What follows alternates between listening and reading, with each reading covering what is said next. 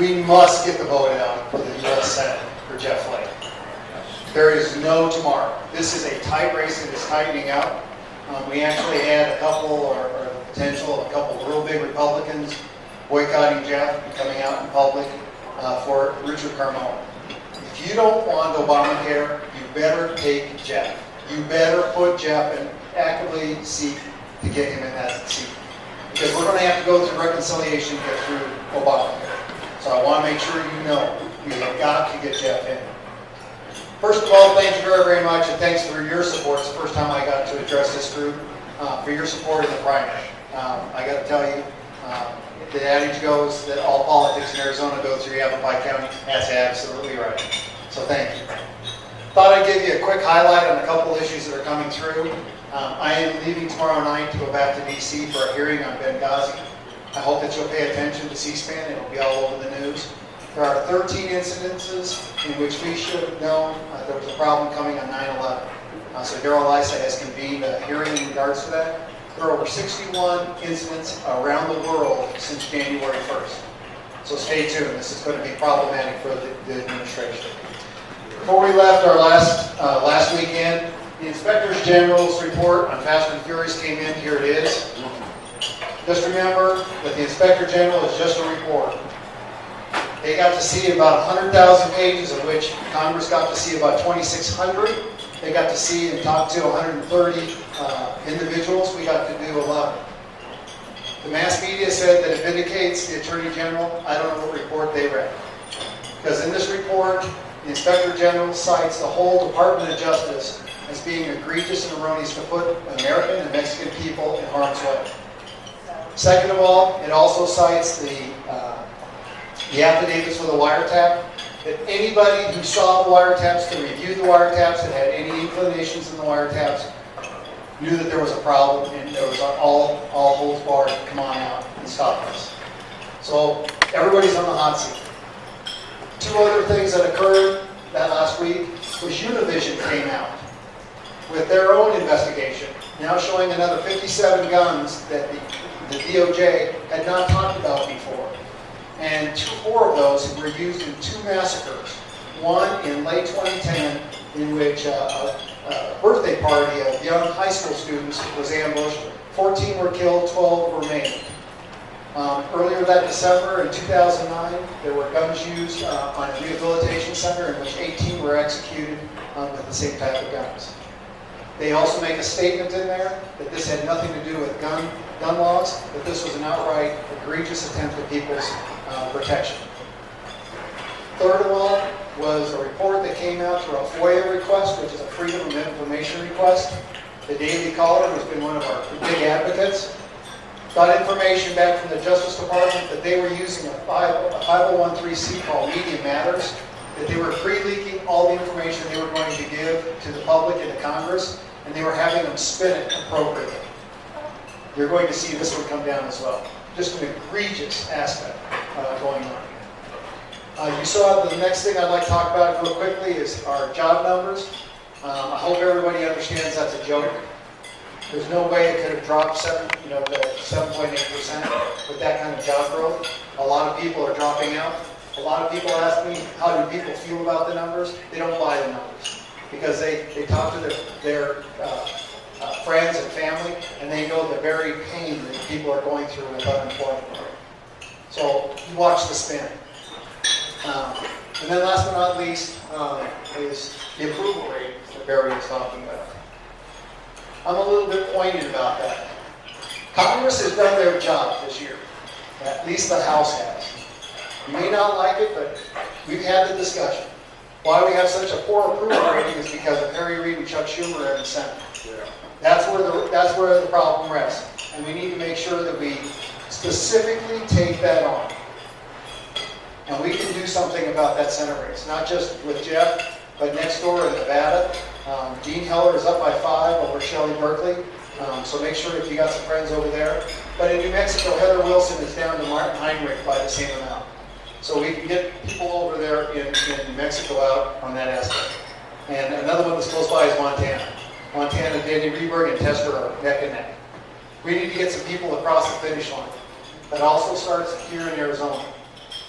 Anchor Patrick, that we beat last time, is running neck and neck with Jonathan Payton. We're going to have a get-together here Saturday morning breakfast on his behalf. We can get him over the hump, folks. I can tell you, Jonathan's a really good guy who will work on all of our behalf. The other one is, I hope you all see and know a lot about Kristen Sentinel, right? How do you really feel, Karen? Here's a lady that's going to be horrible in the Congress. We need to get Vernon Parker over the hump. Those are two that are really close neck and neck. Mark McSally is making up ground real quick on Ron Barber. And then Gabby Mercer is a little bit behind Raul Rahal, but we can get her over the hump. So with that being said, that's kind of the update.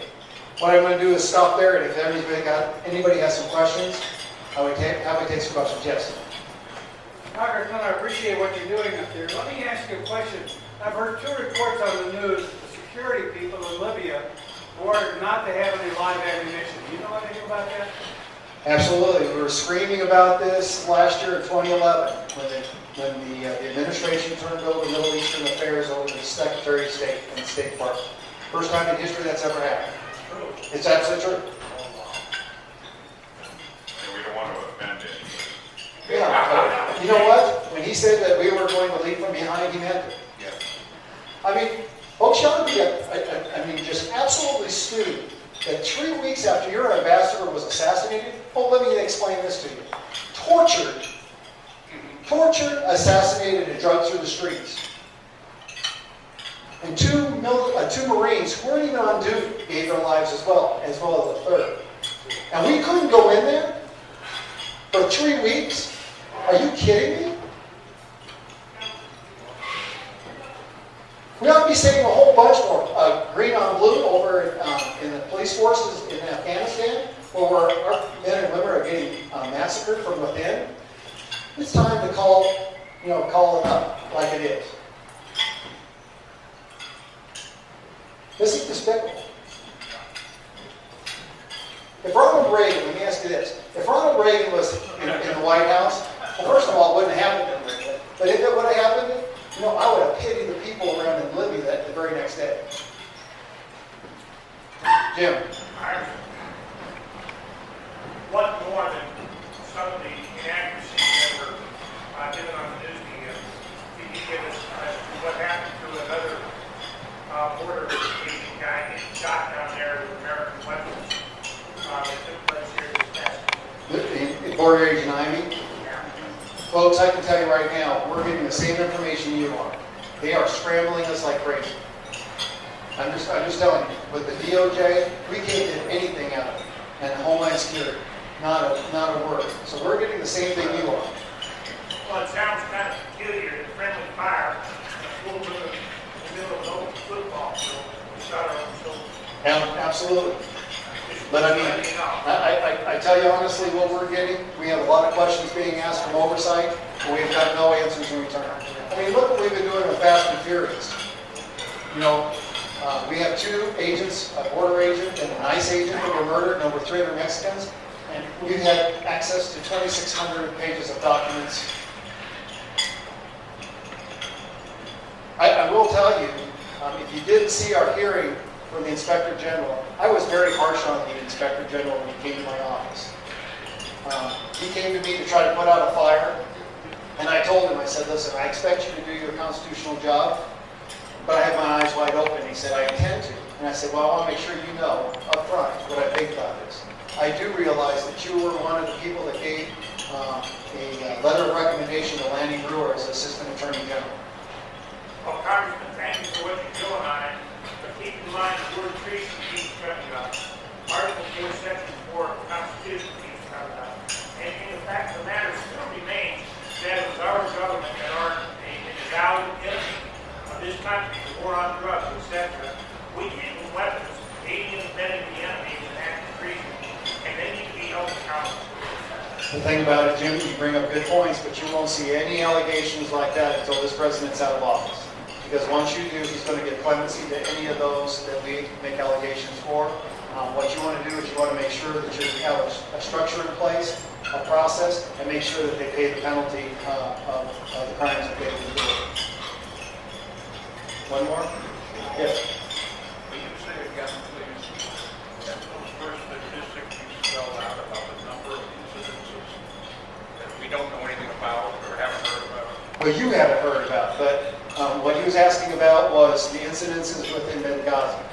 There were 13 separate incidents, including an attack on the British ambassador and the Red Cross for mortar fire that had happened just prior to, about a month or 3 weeks prior to 9/11.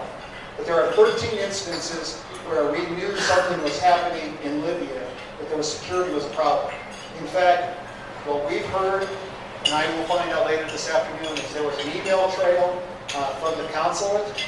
For 3 days, they noticed a high increase in the number of people taking photography or pictures of the consulate building. They actually had his work that he ran online. It's, yes. I had heard earlier that Chris Stevens wasn't even in the country. He was in the country before this thing was started. No, he had just made a trip back to Germany and had come back in, I believe, 2 weeks earlier.